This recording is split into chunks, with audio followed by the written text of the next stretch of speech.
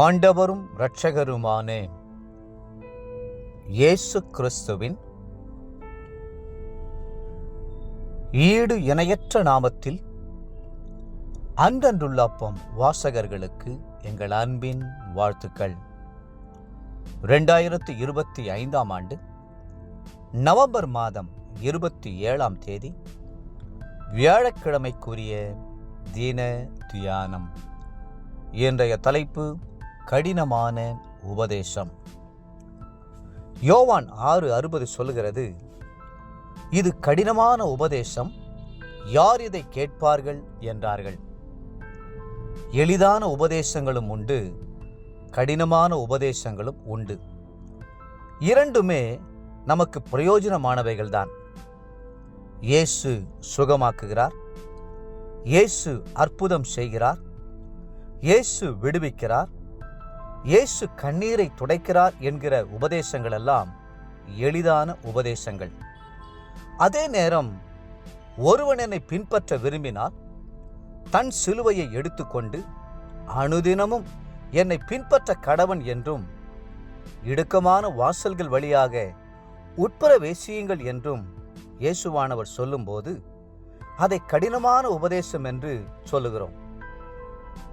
கர்த்தர் நமக்காக என்னென்ன செய்கிறார் என்பதையும் செய்ய போகிறார் என்பதையும் கேட்கும்போது நம்முடைய இருதயம் மகிழ்கிறது. அது சந்தோஷமான உபதேசமாய் இருக்கிறது. ஆனால் நீங்கள் ஆண்டவருக்காக என்ன செய்ய வேண்டும் என்று சொல்லும்போது அது கடினமானதாய் தோன்றுகிறது. மோசே நியாயப்பிரமாண உபதேசத்தை கொண்டு வந்தார். இயேசுவோ கிருபையின் பிரமாண உபதேசங்களை கொண்டு வந்தார். இயேசு இரண்டில் கடைபிடிப்பதற்கு கடினமானது எது? நியாயப்பிரமாணமா அல்லது கிருபையின் பிரமாணமா?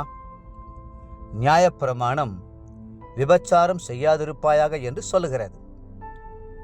ஆனால் இயேசு இதை எளிதாக்காமல் இன்னும் கடினமாக்கினார். ஒரு ஸ்திரியை இச்சையோடு பார்க்கிற எவனும் தன் இருதயத்திலே அவளோடு விபச்சாரம் செய்தாயிற்று என்று அவர் சொன்னார்.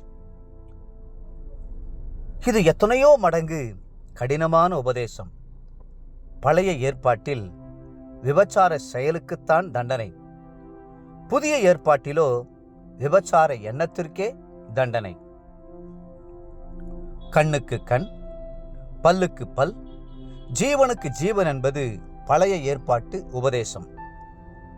ஆனால் உன் வலது கன்னத்தில் அறைகிறவனுக்கு இடது கன்னத்தையும் காட்டு என்பது புதிய ஏற்பாட்டு உபதேசம். இது எத்தனை கடினமானது!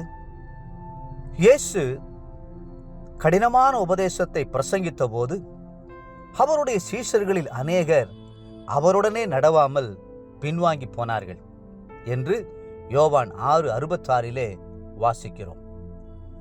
அப்போஸ்தலனாகிய பவுலின் ஊழியத்திலே கடினமான போராட்டங்களும் பிரச்சனைகளும் வந்தன. ஆனாலும் அவர் கிறிஸ்துவின் அன்பை விட்டு நம்மை பிரிப்பவன் யார்? நம்முடைய கர்த்தராகிய கிறிஸ்து இயேசுவில் உள்ள தேவனுடைய அன்பை விட்டு நம்மை பிரிக்க மாட்டாதென்று நிச்சயித்திருக்கிறேன் என்று எழுதுகிறார்.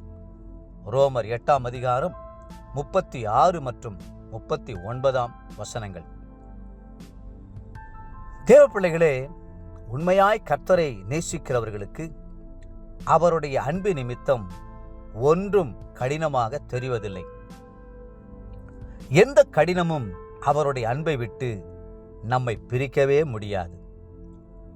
இன்றைய நினைவிற்கு மத்தேயு 7:13, இடுக்கமான வாசல் வழியாய் உட்பிரவேசியுங்கள், கேட்டுக்கு போகிற வாசல் விரிவும் வழி விசாலமுமாய் இருக்கிறது, அதன் வழியாய் பிரவேசிக்கிறவர்கள் அநேகர்.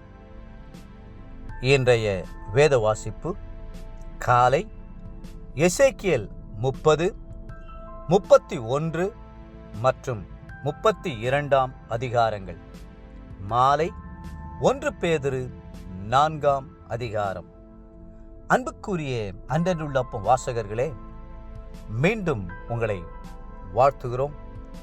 ஆண்டவருடைய கடினமான உபதேசம் ஒரு நாளும் அவருடைய அன்பை விட்டு நம்மை பிரிக்காது. கர்த்தர் தாமே உங்களை ஆசீர்வதித்து மென்மேலும் உயர்த்துவாராக. ஆமென்.